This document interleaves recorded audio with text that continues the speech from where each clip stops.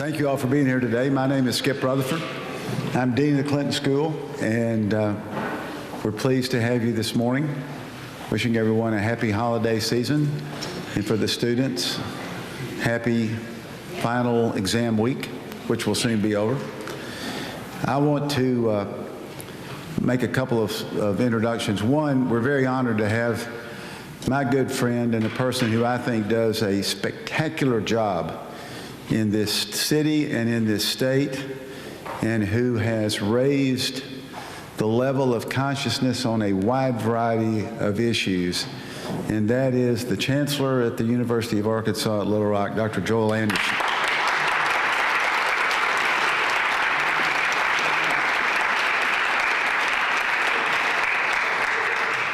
And I might add that today, before Dr. Dixon gets up here, and we've been honored to have him this semester. Today is our 58th public program of the fall semester. 10,000 plus people have attended these programs, and thousands of more have watched them online. And none of this could have happened without the person who yesterday Craig O'Neill named his person of the day, and who last week was high-profiled for the best college speaker series in the country. So as we end our fall semester, join me in thanking Nicoletta Pippen.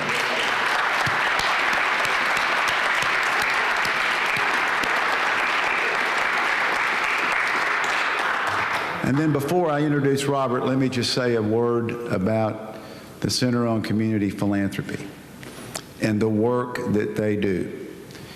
This part of the Clinton School, I think, is one of the most important and dynamic outreaches that we do. And under the leadership of Dr. Charlotte Williams, more community conversations, more advocacy for the least among us, more understanding of the comprehensive and complicated issues of race and diversity have been raised. And she has done a spectacular job of bringing experts and leaders to this school to share with our students, our faculty, and our staff. And you're getting ready to hear from one of them, and on a subject that is thoroughly fascinating and very, very important. But when you talk about community conversations in Helena and in Pine Bluff, and you talk about the outreach that our Center on Community Philanthropy, with the premise that every person can be a philanthropist and every person can give, and we can uplift communities one organization, one person, one family at a time. No one does it better. Join me in thanking and congratulating Dr. Charlotte Williams.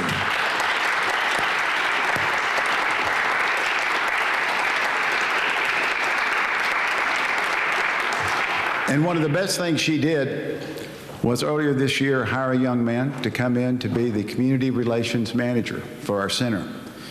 Robert Pruitt has the main job of working directly with individuals and organizations and community partners as the outreach of the Clinton School leaves these walls and goes all over this state and in the region. And he's doing a fantastic job. To introduce our speaker, please welcome Robert Pruitt. I'd like to thank Dean Rutherford for that introduction. Thank you all for participating in today's session. As Dean Rutherford just mentioned, I am Robert Pruitt, the Community Relations Manager for the Center of Community Philanthropy.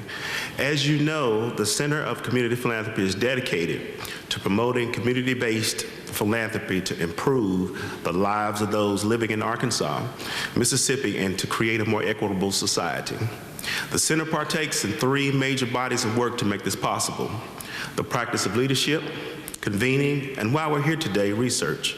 Dr. Williams and our staff have had visiting scholars and scholars in residence since 2009 and have published 2 compendiums surrounding this idea of community philanthropy to create a more equitable and prosperous society.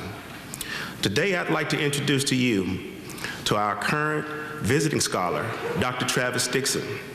Dr. Dixon received his BA in Communication Studies from the University of California. Los Angeles, and an MA and PhD in communication from the University of California, Santa Barbara. He is currently an associate professor with tenure at UCLA in the Department of Communication Studies. His major research interest includes the portrayal of minority groups in the media.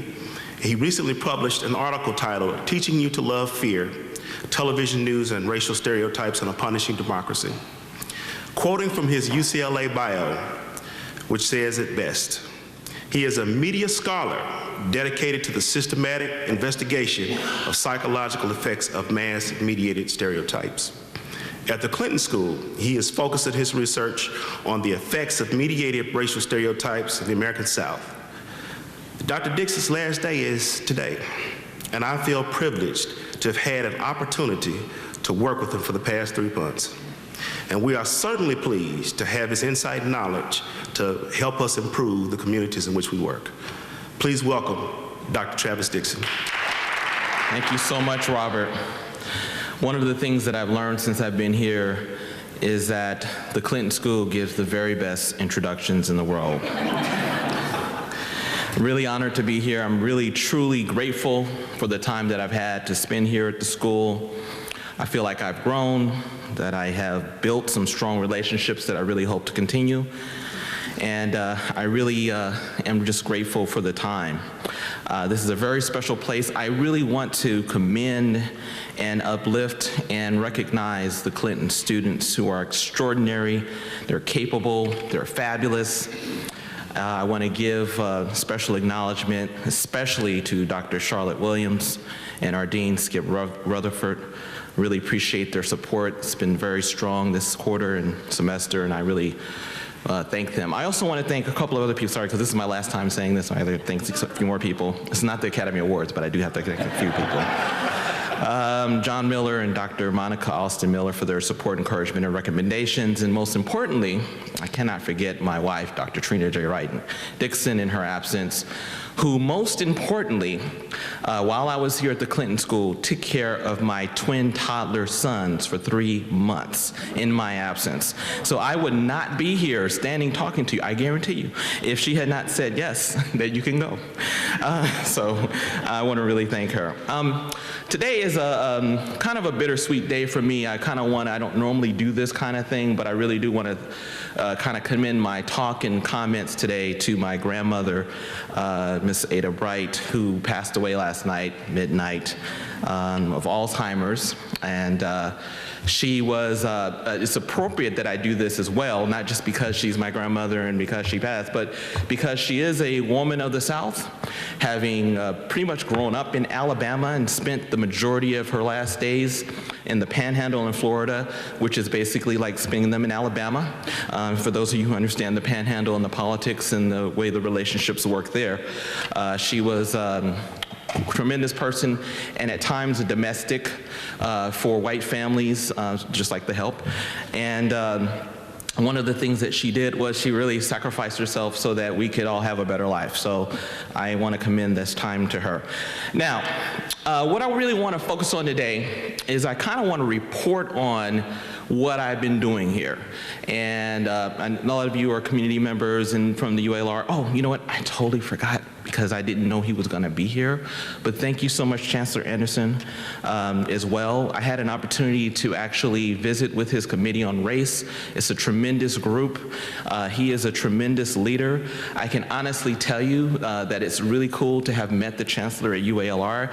If me and my Chancellor were in the elevator together, he would have no idea who I am. So I think it's really cool that he does what he does.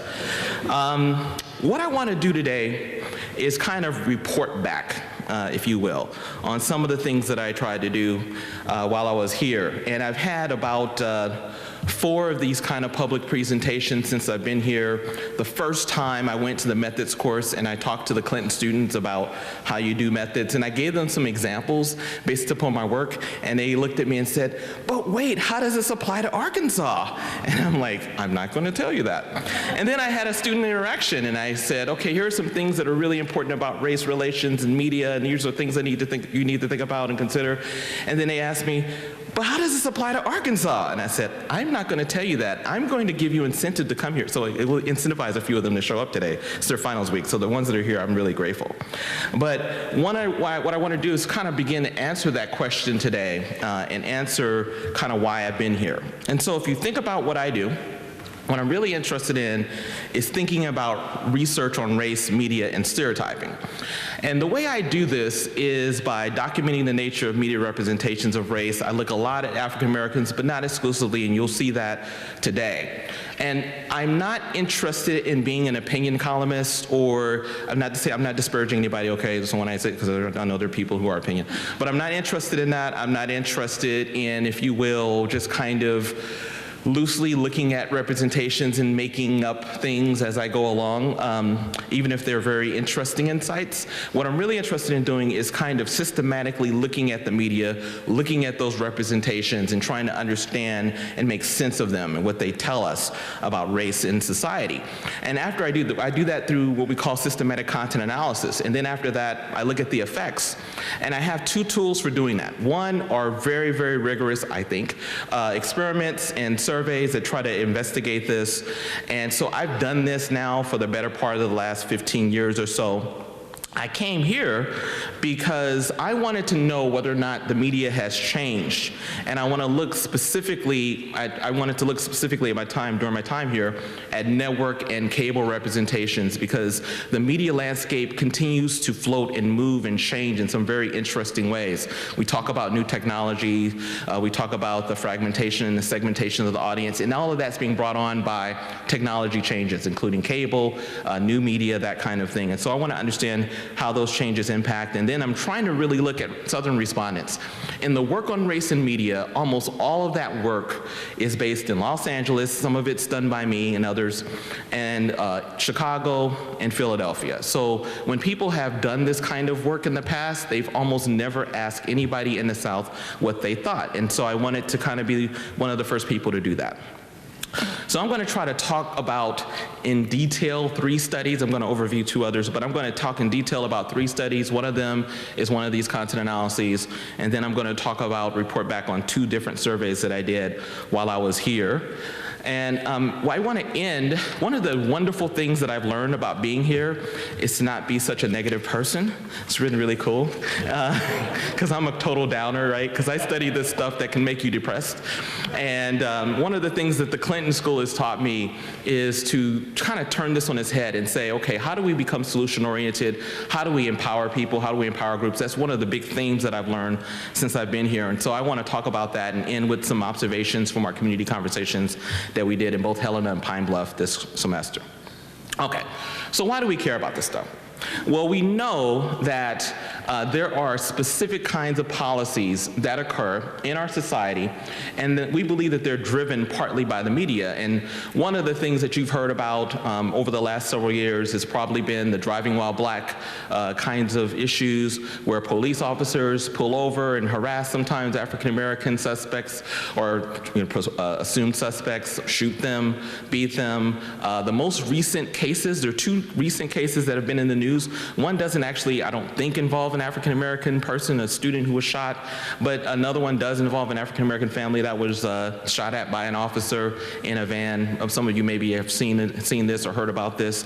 And so one of the things that people have argued, both with regards to driving while black, shopping while black, is that stereotypes come to bear. That stereotypes are these kinds of notions we have about people that then actually influence behavior. And sometimes it's life and death stuff of being shot. In this case, there was a gentleman who used to be a football player, gets into an accident, goes and knocks on a door. Woman is kind of frightened, wonders who this guy is knocking on her door late at night. She calls the police. He leaves, and as he sees the police approaching, he thinks, I'm saved, great. He kind of rushes towards the officer with his hands up and gets shot several times. And so this is kind of part of what we're thinking about. One of the things I talk to the students about as well is that specific policy. So that if you think about that, that's kind of, these are some individual cases. There are policies that we can think about with regards to police and community relations that are important, but think more broadly about policy, right? So let's think about the policies that we have around poverty. And as we all know, as of today, it doesn't look like unemployment insurance will be extended, and we'll talk about that later. But well, that's a policy decision. Another policy decision was welfare reform. And there was a big push in the 90s when Clinton was president for this welfare reform. And why was there such public support for it? Well, Gillens did this study. He did a two-part study where he looked at first the content in news magazines and television. And what he found was that the images of poverty people receive were essentially of black laziness. For instance, blacks were not associated with jobs programs. They weren't associated with the more, the poor people that we tend to embrace, that is elderly poor, people who can't actually go to work, right? So in other words, 100% of all the stories about elderly poor were all white, right? So you never really saw black people as being part of the deserving poor, always part of the undeserving poor. And he did a survey and he found that this image of black laziness, that stereotype of black laziness, really explained the lack of support for welfare. So the idea is, and the reason why I'm going to focus my conversation on news is because news is extremely important disseminator of stereotypes, that we actually make decisions about public policy based upon our conceptions that we receive from the news. So let me give you an example of this. I'm a media guy, so I got to show you some clips, right? I want to show you this clip, and I want to ask you a couple of questions. For instance, for one thing is, do you ever get a sense of who this defendant is? There's somebody who is a defendant in this clip that I'm going to show you. And I want to ask you what you think his race is and any other kind of messages you might receive from this. So, by the way, I'm going to talk a lot, but you can ask me questions, okay? And if there's something pressing, and then we'll have more questions for time for questions at the end too, but I'm going to make you interact by asking you a question. For his dad. So he could watch my games and I play. But 2 years ago, his father went to prison. Benita Williams is raising her 2 boys and 3 girls alone. Both the boys' fathers disappeared in prison. They took the wrong steps because they wanted to take the wrong steps. So they know they have kids. They know the responsibility. And then they... Okay, so what do you think? Who's the person who's the defendant in this story? Anybody want to tell me? Yes, sir. The kid's father. The kid's father. And can you tell me what race you think he is? Since the kid is black, not white, is black, I guess. I'm going to say black. Right, so the guess there would be that this is an African-American suspect, defendant, somebody who... You're setting me up. I'm actually not setting you up at all. I think you're right on. In fact, that's what we coded this as. We coded this person as being black. Now, there's some other contextual things that I know that you don't know about this clip that is definitely a black guy. But the idea is that there's information, sometimes not always stated. I mean, one of the reasons why I showed this clip is sometimes it's not always overt, but sometimes covertly, you still get this idea of race. The idea, too, is that he's definitely guilty, he's in jail, right? So there's this association, if you will, between blacks and crime. That kind of association led us to look at network news before. And let me just tell you this, 2 things I can't still talk about, I'm not going to spend a lot of time talking about it, if you will. I could talk about it forever, but there's a lot of work on local television news. I'm not going to spend a lot of time on that today because we're focusing on network news, but that local news programming really shows that strong association between blacks and being represented as perpetrators. Now, the interesting thing is we tried to ask if that extended to network news in an earlier study that we did many years ago. And we found out that, surprisingly to us at the time, perpetration is accurately represented on network news, unlike local television news. Local television news is very different, and I'm going to talk a little bit more about it at the end from some of our observations, not systematically like I am in a few minutes here. But the idea is that perpetration is accurately represented on network news, but on local television news, totally skewed. Even on network news, though, whites tend to be overrepresented in what we call positive crime roles. Whites tend to be overrepresented as victims and as officers, right? And that is somewhat similar to local news, right? That essentially, if you look at local news and network news, that the news does kind of portray whites as the saviors in this sense.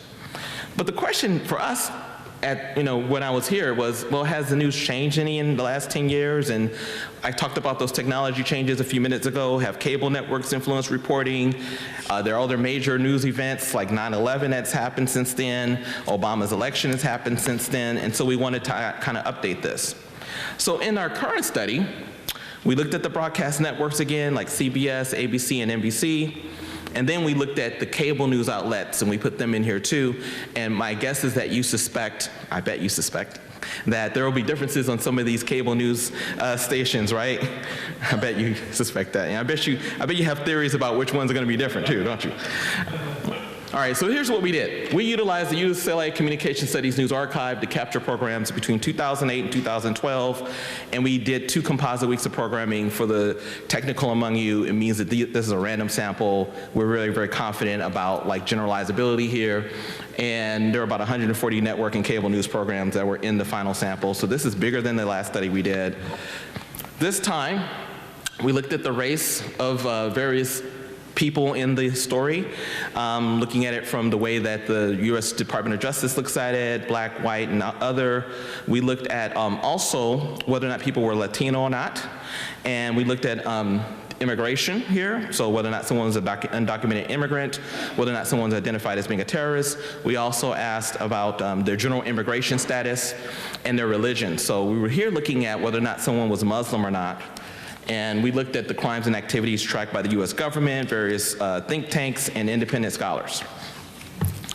Okay, so just because I am a little short on time, I'm not going to show both of these, but well, here, this one's kind of fun. Let's do this one. Okay, I want to know what race. I used to play this game with my students called Name That Race, though. I want to again know what race you think this person is.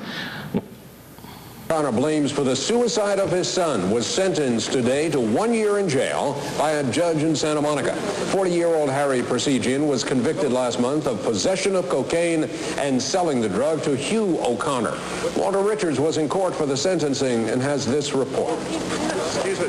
Surrounded by family and friends, Harry Parisian leaves court after losing his battle to avoid a jail sentence. He also couldn't avoid the gang of news photographers. Now he prepares to spend a year behind bars.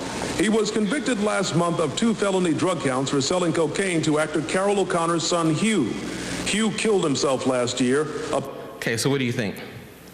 White, black, or other? Other, yeah. What do you think the other is? Middle Eastern, that's good. Anybody else? Want to guess another one?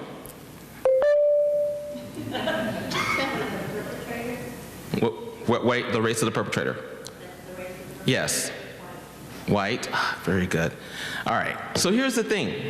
When we initially coded this one, we did code for white because we separated out here. This is like a trick question, I know, right? I got them this time, right? I didn't get you last time, right? All right, but we did separate this out for religion and race and that kind of thing, and so we would probably do a separate calculation and say he's white, but maybe, perhaps, of Arab descent or perhaps Muslim, perhaps. Okay, here's what we found. Let's look first at arrest rates, okay? And if looking at arrest rates of violent perpetrators, what we find here is particularly the ones I want you to pay attention to are the ones with the stars, all right? And the ones with the stars for the statisticians among you are outside the 95% confidence interval. For the rest of you, pay attention to the ones with the stars. So here's the thing. Blacks were underrepresented, if you will, on television as perpetrators compared to the arrest rates. Others were overrepresented. If you look at victimization rate, you find something very similar. Blacks are overrepresented as homicide victims.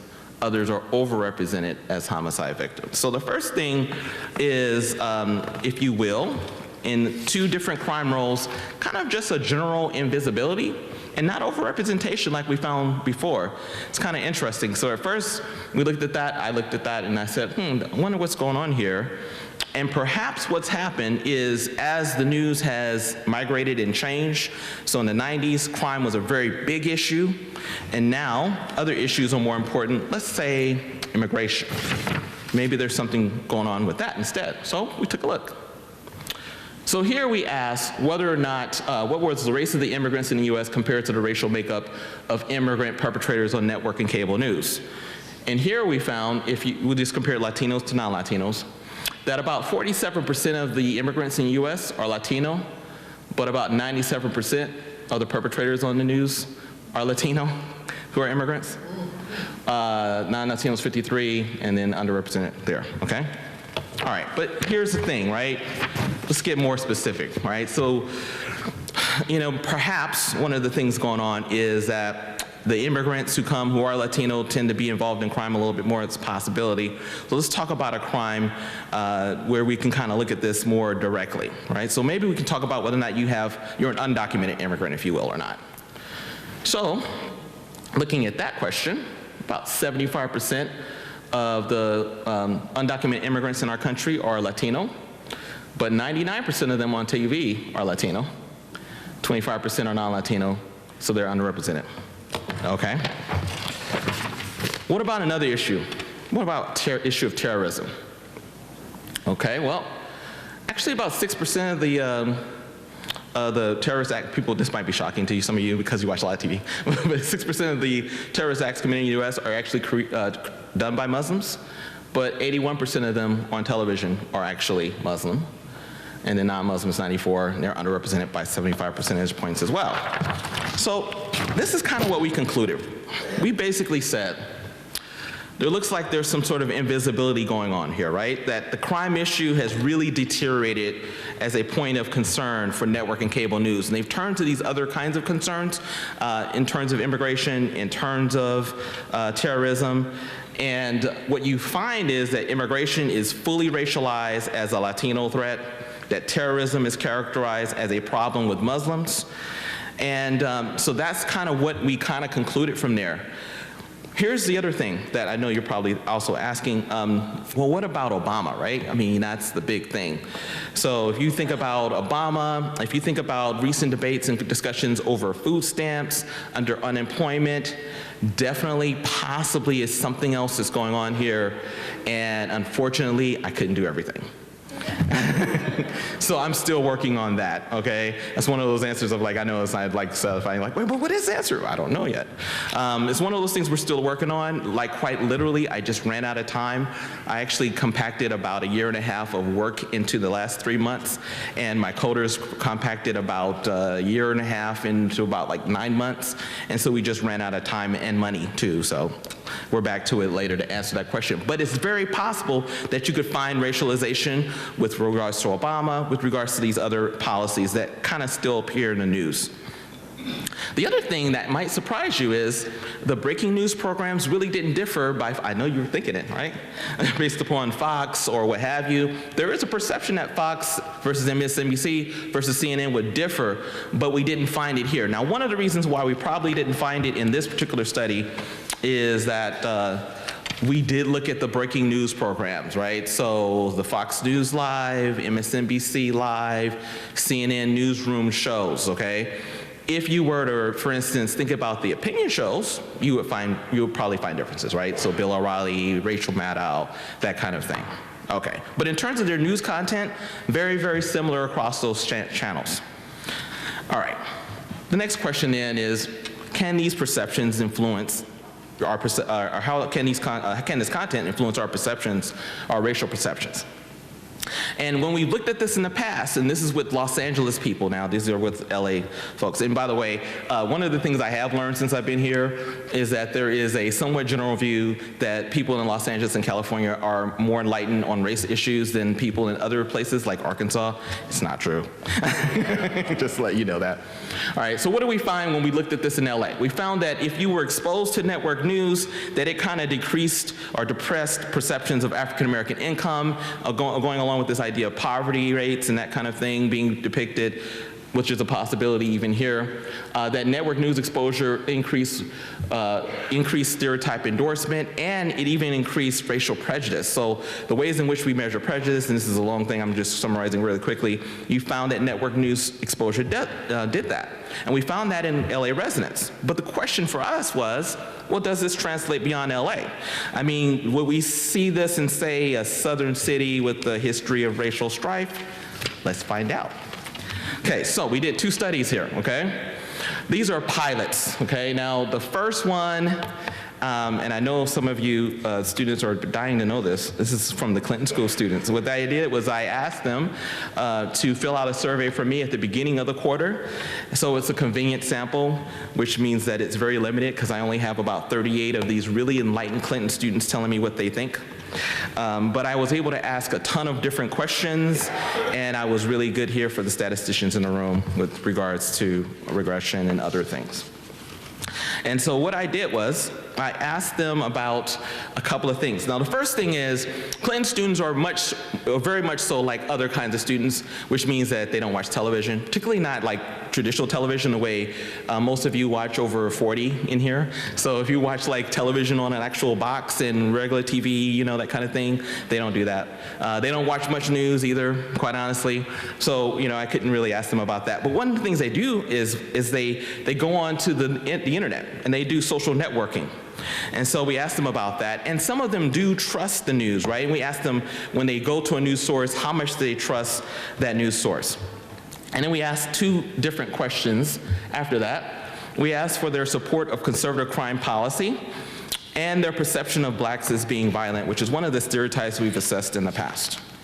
And here's the thing that was interesting, even for Clinton students, is that news trust predicted support for conservative crime policies. So the more they trusted the news, the more they really trusted these conservative crime policies. This goes along with a lot of things. Again, I'm kind of trying to go fast and cut out things, but basically we found in the past that you see all this news representation, particularly of blacks being poor or blacks being criminal, and then you have then support for conservative crime policies like 3 strikes legislation, mandatory minimums, the death penalty, those kinds of issues. And so we found that same relationship with regards to the Clinton students.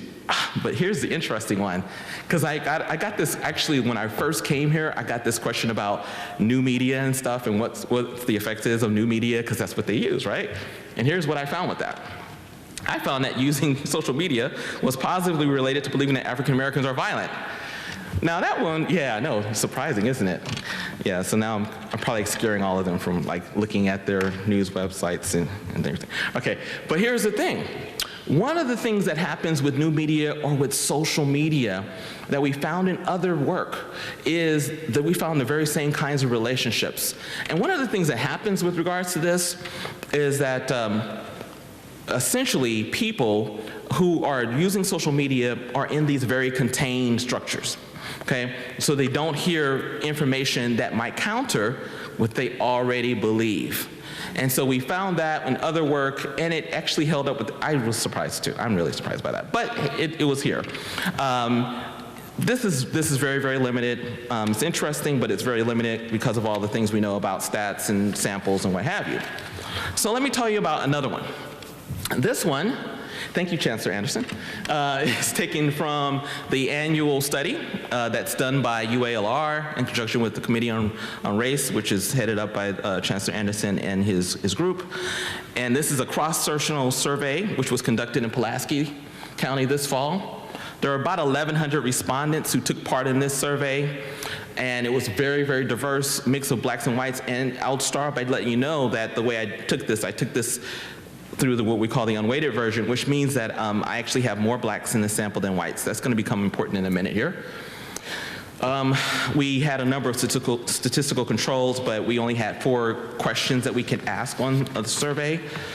So it's kind of limited in the number of questions we wanted to ask, but it is a little bit better, a lot better survey in terms of the sample itself. So we were able to ask about people's age, their race, whether or not they're white or non-white, females and males, the total number of family members, income, education, home ownership, if they own their home or not, and where do they live, inside the city or outside the city. And again, we are using that same predictor, your network news exposure, and then I just took a couple of items and combined them to kind of create a stereotype endorsement measure, which is taken from these other scales we've used in the past. Now here's what's interesting, okay? I did this kind of 3 ways to give us a good idea of what's going on. The first way is all respondents, okay? So if you look at all the respondents, what you find is that network news exposure was negatively related to stereotype endorsement, okay? So looking at this bottom one down here, that's what this tells us, right? That as you watch more news, you actually endorse fewer stereotypes about blacks. Now, here's what else is interesting about this slide. Males were a little bit more, or females were a little bit less likely to stereotype than males. As your number of family members in your household goes up, so does that stereotype endorsement. Education is negatively related. These all make sense, right? People are more educated or less likely to endorse stereotypes. But look at this one here. This is an interesting one. These are all betas, by the way. Whites are more likely to endorse the stereotypes than non-whites. So that led me to say, I wonder what happens then if we break these samples up and look at each one individually. So that's what I did. So if you look at just the whites in the sample, here's what you find. You find that that network news exposure effect goes away, basically, but it switches from being positive to, from negative to positive. And you also, again, find that, those who are educated are less likely to stereotype. Those who are females are less likely to stereotype. But the older you are as a white person, the more likely you are to endorse a stereotype. This is not unsurprising, but a little sad, right? Now, what happens when you look at blacks? Well, if you just look at blacks, nothing else matters except how much news they watch, and it's negative. So that effect that we found the first time is most likely being driven by the black respondents, I think, in the sample. That is that blacks who are exposed to network news are even less likely to endorse stereotypes about their own group. Okay. So network news exposure depresses perceptions of black stereotypes among black respondents. Network news exposure has no real impact on the sample of white respondents, but what we do know is that white males, older people, those with larger families are more likely to endorse the stereotypes overall. Now, why do I think the effect of news viewing was different in the current sample than what we found in LA? There's the size of the sample that I told you about that's kind of interesting, and the weights. These network news exposures are crude. So part of what I think is going on here is that if you are white, you're looking at different kinds of news sources than if you're black. And I couldn't tap into that with the measures that I had. So if you are white and you're looking, let's say, at Fox News, and if you're black and you're looking at, say, MSNBC, then you can get a different perception of racial groups by looking at each one differently, right? Okay. The other thing is that we know that other groups besides blacks are now the scapegoats. And that's what we found in our earlier study with regards to immigrants and terrorists and that kind of thing. So what explains this, and what can we do about it? Well, of course, and the students who've gone on the conversations with me have heard me talk about this before. There is the ethnic blame notion that's advanced by Romer. It basically says that ethnocentric talk about others is pervasive within the newsroom, and essentially what happens in the newsroom is everybody in that newsroom is usually of the same race, and the way they talk about issues, they talk about racial others who are responsible for the problems. You know, that essentially the reason why we have an immigrant problem is because of those Latinos. The reason why we have a crime problem is because of those blacks. The reason why we have a terrorist problem is because of those Muslims. And so that's one explanation. The other explanation is the structural limitations and economic interest of news media. That basically means that you want to go for the sensational story. Blue-collar crime, right? Terrorism and immigration are not complex issues. Somebody wants to blow you up, or somebody wants to come across the border for a job. Those are really simple to understand, and so the media, they're easy to cover, and they're going to increase ratings, and so they do it. There's another one, though, called the guard dog media perspective. And what happens is, under this perspective, the media covers threats to the power structure or to internal battles within that power structure. So crime is kind of faded as a threat level to the system, right? So we have fewer black perpetrators with regards to that. But we do have the current internal threat of immigration, and we have the current external threat of terrorism. Both of those threats are, according to Guard Dog's perspective, increases the influence and the coverage of the media, and then that racialization process takes hold. And that's what we probably are seeing with regards to this. Okay, so to not totally depress you, let's talk about some ideas we got from the community conversations and what we know about the academic inquiry, and then I want to open it up for some questions. The least powerful are portrayed the most negatively. Now, here's the interesting thing, to turn back around to local news, which I wasn't able to do the local news here, which if I did it, that probably would take me I have to be here another 2 years, and they won't have me that long. But if I were to start doing that's one of the ideas one of the ideas from earlier that I wanted to come back to is the idea that local news is different than national news. And so local news really relies on this guard dog perspective. And when people have talked about this perspective, they found that the least powerful in the community complain the most about the media.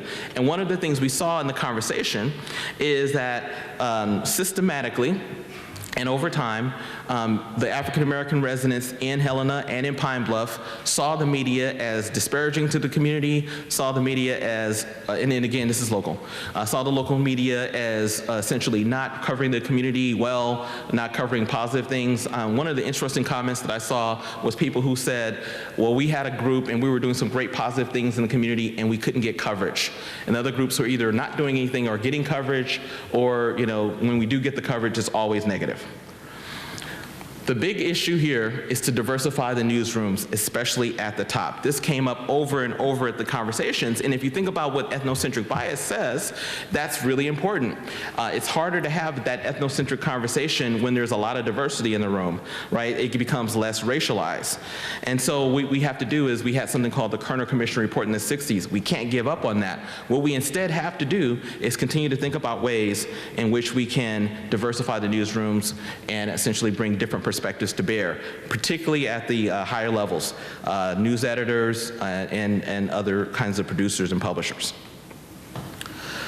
The other thing that came up is providing positive and negative feedback to news outlets, and we can do this through a lot of outlets. Boycotts came up a lot at the meetings. Pressuring advertisers came up at the meetings. This is kind of that negative kind of feedback, but you can also get positive feedback when they do good stories, to actually write in and say that, to append comments to articles online.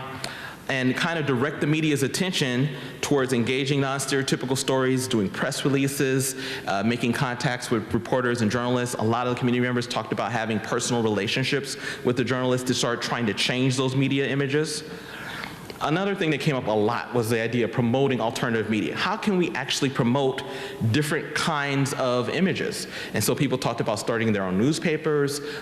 Members talked about starting websites, blogs, and then if they had them in the community already, ways to try to promote those blogs and try to encourage more hits on those blogs.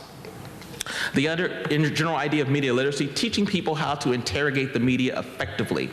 And one of the ways that we've talked about that is regards to putting in curriculum in the local schools at the very youngest levels, high school as well as junior high school, beginning to teach kids how to read and how to interact with the media. Just like we teach them how to read, we should be teaching them how to consume the media. Okay. So I have talked a lot, more than I really like to talk. So now I would like to invite questions and interactions and comments. This isn't really a question, but just the other day on Facebook I saw a video, and are y'all the Bruins? Yes, we are. Okay, they were from your school. Yes. And they were raising the awareness that it was a group of black students, male students, who were rapping and talking about fractions, and that it being that they were a small fraction of the full student body at UCLA. And so UCLA apparently has policies in place that have a higher goal of having participation by African American students, but this group of young black men was raising the kind of confronting what was appearing at the school with what was actually happening, and the numbers of young black men that were graduating or being recruited. And it's a really good video clip. I didn't know if you'd had heard about it or seen it or. Yes, and as I mentioned before, UCLA and California has we have a lot of racial problems, more than people know. And UCLA has kind of been in a struggle the last, I want to say, 3 years, starting off longer than that. Starting off actually with something called SP1 and SP2, which were two anti-affirmative action initiatives put forward by the regents eventually passed, and then Proposition 209. And then after that, that led to significant decreases in the African American enrollment at the school, and lack of support and lack of resources, and other programs were retooled or got eliminated totally. And so all of that started, and then 3 years ago, there was an African American professor who was depicted as a monkey, and he created a YouTube website, or YouTube, and it's also a support website, and sued the university successfully. That launched a commission that basically found entrenched racial problems that needed to be addressed. And then along with that discussion of admissions going on at the same time, you had a lot of students reacting and thinking, because there are some people who basically think there's affirmative action at UCLA and there is not. And that caused a lot of more tension, and that's one of the reasons why the video got produced. So there's still, in California and Los Angeles, they're still grappling with how do we have diversity, how do we, maintain our diversity, enhance it, and how to create support. So it's not just here, it's there too. I thought it was a very effective statement, a way of attacking the problem. Absolutely. I am ashamed to admit that I cannot remember the name of the young man that George Zimmerman killed. Trayvon Martin. Thank you. In view, I wonder if you have any thoughts about the recent problems that George has had with law enforcement. If you don't want to talk about it, that's fine. Right. No, seriously, if you don't want to talk about it, that's fine. Well, no, I have a picture of Trayvon in the beginning of my talk because he represents what I've been talking about in terms of the stereotypes, in terms of how, one of the things that's interesting, to take it away from George Zimmerman, is to think about the stand your ground laws in general. So why can we have stand your ground laws? When people actually have looked at the stand your ground laws and looked at the data, what they found is when you are talking about a white person who's been shot and you have a black person who's actually shot a white person, the stand your ground law seems to never work. But when you have a white person who shot a black person, the stand your ground law seems to work really well. So the issue is, why do we allow that? And the reason why we allow that is because we have seen so many of these black criminal suspects. We've seen that stereotype promoted so often, either in our communities or in the media, that we allow that to be maintained. And so George Zimmerman could make the claim that, hey, I'm being attacked. And in fact, one of the stories that I gave when I was here early on is how I had a very interesting conversation using social media. And again, back to this question of like social media tunnels are usually very small. And I have friends that I have that are conservatives, that are Republican, and they were having a very different set of conversations than some of my other friends were. And I entered into one of those conversations, and it was really fascinating that the perception is that George's story was 100% valid, that Trayvon was a threat, and the belief that Trayvon was a threat was tied to, if you will, the stereotypes that we have and that are reinforced occasionally by the media. And that's the reason why he was able to get away with it, and that's the reason why we still have, so if you take George lately, the reason why George keeps having, while we're talking about him and he keeps having problems, is because we allowed that stereotype to allow stand your ground, and stand your ground allowed him to be released when he probably should not have been released. Well, first, I agree that it would be great if there were more happy stories told, but we don't live in that world. But I think on the gang subject, I think with the stereotyping, there's such denial in what that looks like. And I don't know, the media feeds into that, but so do people who look like me. And that's a real problem. And there are a lot of us who have tried to address that for years. And that there needs to be a serious conversation about that, because that's a problem around the country. It's a problem in our community. It's a problem in the state. My home was broken into a couple of years ago in the middle of the day by a high school gang. My son, who is in private school, and my niece could name the gang members. There are gang members in all the private schools, in all the public schools.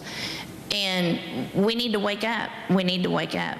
And the media needs to help do that. My peers need to help do that. And that's just one huge issue that needs to be addressed. It's not black, it's not just Latino, it's not just poor kids, rich kids, it's all of us. And it's not just boys, it's girls. And that's a big problem that affects every one of us. So if you could help. So I would say that I'm not against, like, I'm not pro-crime. I'm not pro necessarily undocumented immigration or terrorism either, right? I'm just really trying to say that when it comes to certain communities, all you hear is the negative stuff. And so that's more the issue that I'm raising here. And I had I was very fortunate to have a conversation with one of my old mentors who is a white Jewish man. And he made it very clear to me, going along with what your comment was, that at UCLA, in general, one of the things that needs to happen is an initiative around diversifying the images. So why is it that we only see one thing? Why don't we see more kinds of images when it comes to race? Now, doesn't mean that you don't say that crime is bad and it doesn't need to be addressed, but the other conversation that I had in the last week was with an individual who's doing a dissertation on outcomes. And so the reality is, still, same crime, same behavior, there are racial differences in the way that defendants are treated. It's really well documented. If you are an African-American person, much more likely to get the death penalty, much more likely to get the death penalty if you shoot a white person. If you're a white person, those likelihoods go way down. So the issue really is about racial disparity, not against bringing up issues of crime or other things. And also, when there are efforts to actually address those things in the community from community members, those need to be promoted. So when my pastor once called the news media and said, here is a program we're doing, it's designed to engage young people, it's designed to push young people in the right direction, it's designed to do all these various things, support literacy, support all these various things, and the news media says, we don't want to come. That's where the problem is, right? Because that will actually start addressing some of the things that you're also kind of talking about. Well, we've got a news media person, Craig.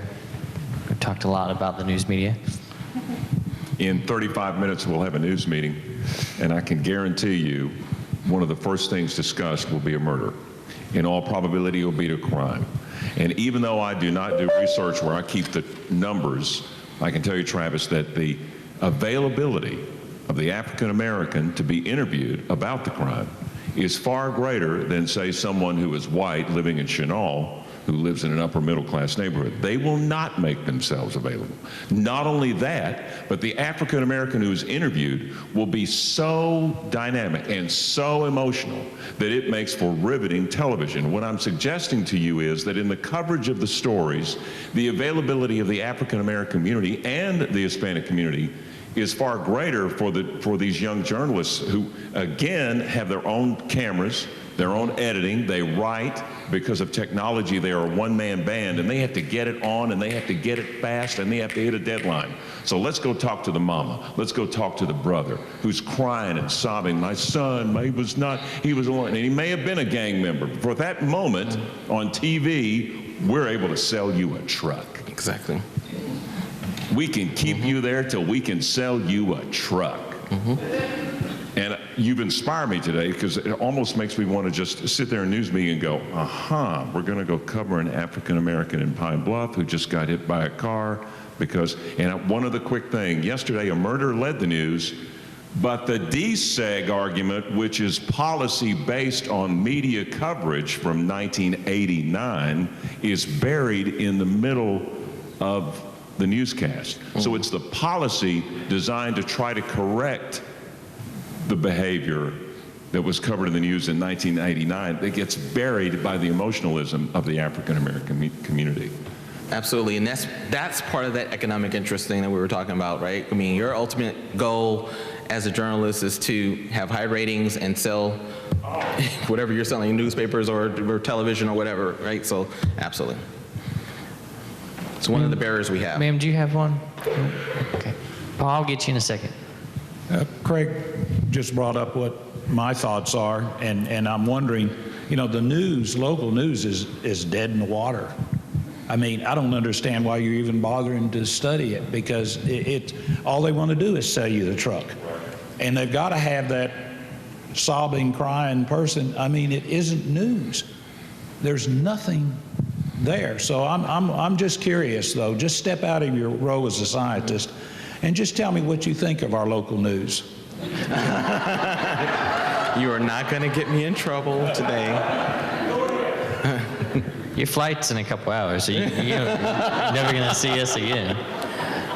I think, in all honesty, I have watched a little bit, and in all honesty, one of the things that has happened over the last several years is that most news agencies have streamlined. So you'd be amazed at how similar the news media is, no matter what region you're talking about, with little tweaks here and there. But am I right? Yes. Yeah, Maggot Associates is one example of that, right? They come in and they tell everybody to do the same kinds of things. So there's a lot of similarity, believe it or not. Dr. Dixon? Yes.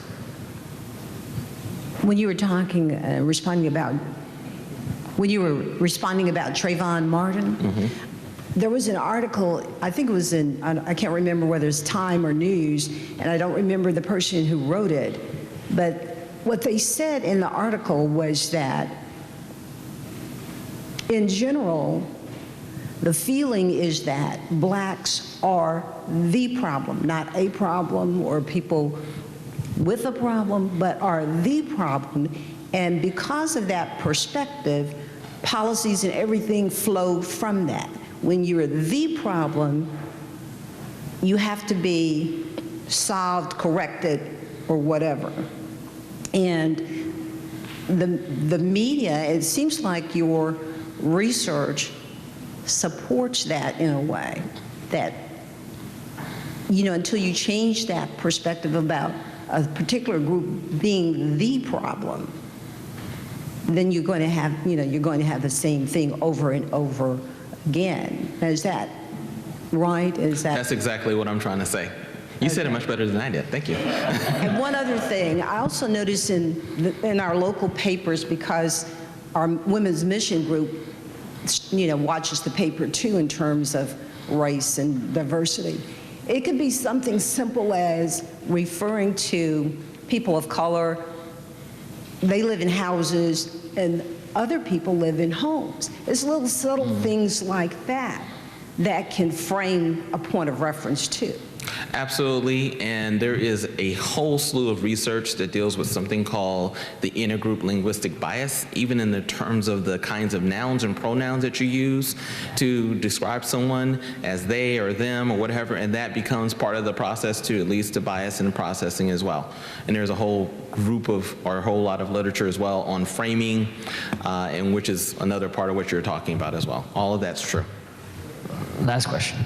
If I were asked to come up with an uneducated, unscientific guess as to why some of those controlling factors were there, I think I probably could. But the one thing that I couldn't come up with any even guess was the size of the household, the number in the household. Do you have any sort of explanation for that?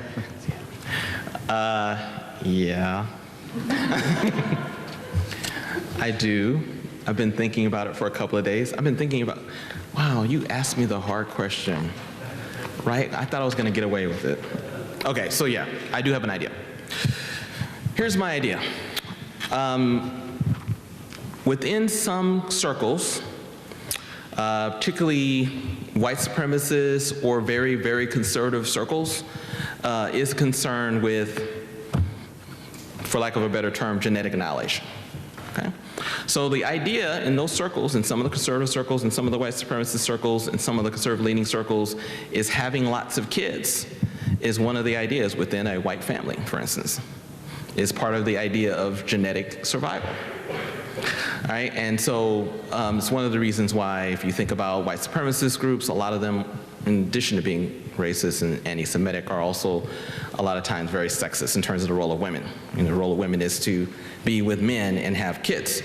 And so if you believe that, you're going to tend to have larger families. And I think there's something tied in with that notion that is a proxy for that kind of notion, if you will.